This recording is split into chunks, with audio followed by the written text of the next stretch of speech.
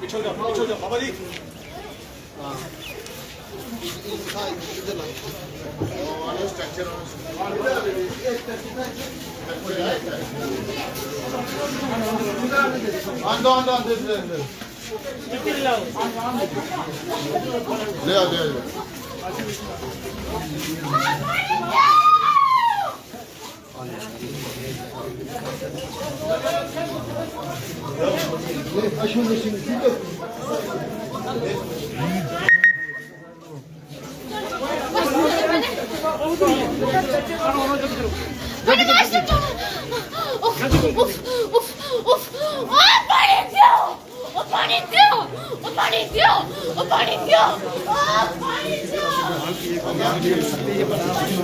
मरकजी सरकार और उसकी जिम्मेदार सिर्फ हमारे गवर्नर बंधु माननीय गवर्नर साहब बैठे हैं वो है, क्योंकि आपने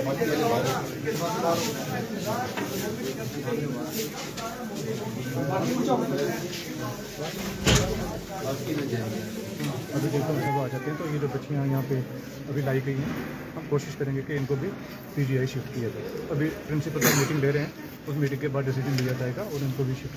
सर उस इलाके के लोग जो है डरे हुए हैं, लगातार केसेस बढ़ रहे हैं, उन लोगों से क्या अपील करेंगे? मैं लोगों से यही अपील करूँगा कि हम हर एक जो स्टेप है वो ले रहे हैं, घबराने की ज़रूरत नहीं है, परेशानी लेने की ज़रूरत है। सिर्फ अपना ख्याल रखें, अपना ध्यान रखें, किसी भी पैनिक में ना आए, हड़बड़ाहट में ना आए। तो बाकी मैं भी आज शाम तक उस गाँव में विज़िट करूँगा। लोगों से यही अपील है कि परेशान होने की, घबराने की ज़रूरत नहीं है। इंशाल्लाह इस लड़ाई से हम सब मिलकर लड़ेंगे। बिल्कुल, तो ये एक जंग है और इस जंग से हमें मिलकर अच्छा उस तरफ से तीनों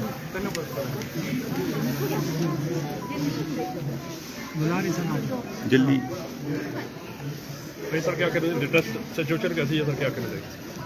देखिए सिचुएशन डे बाई डे जो वो डिफ़िकल्ट होती जा रही है, वर्स हो रही है।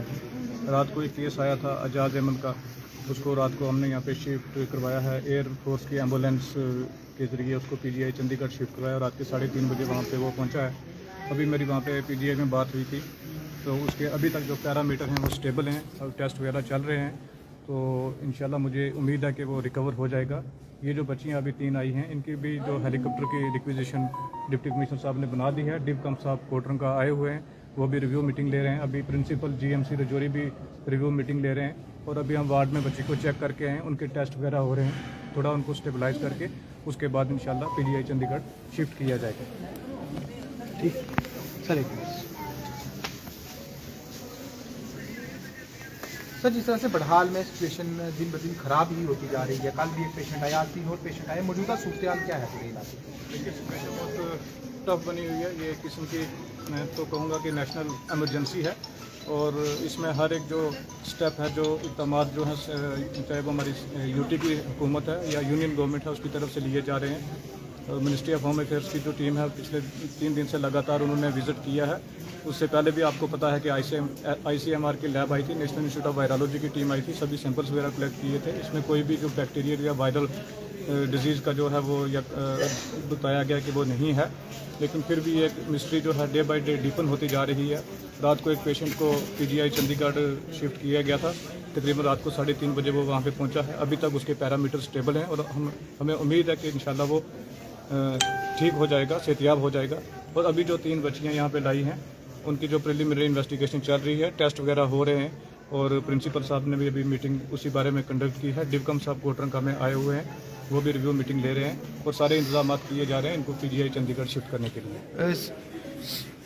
सर जिस तरह से मौजूदा सूरत हाल है, इसमें पूरे इलाके को कंटेनमेंट जोन डिक्लेयर किया गया, वहाँ से काफ़ी लोग आइसोलेट करके शिफ्ट भी किए गए हैं, वो किस तरह की वो एक प्रिकॉशनरी मेजर है कि अगर ये कोई डिजीज़ है तो ये ज़्यादा फैले ना, इसलिए लोगों को कहा गया है कि भीड़ भाड़ ना करें, 4 से ज़्यादा लोग एक जगह इकट्ठे ना हो, कोई ऐसा फंक्शन शादी ब्याह वगैरह वहाँ पे ना हो, तो एक प्रिकॉशनरी मेजर लिया गया है। सर 40 लोग शिफ्ट किए गए, उनके क्या इंतजाम किए गए, कहाँ रखा गया? उनको अभी यहीं पे आइसोलेशन वार्ड बनाई गई है।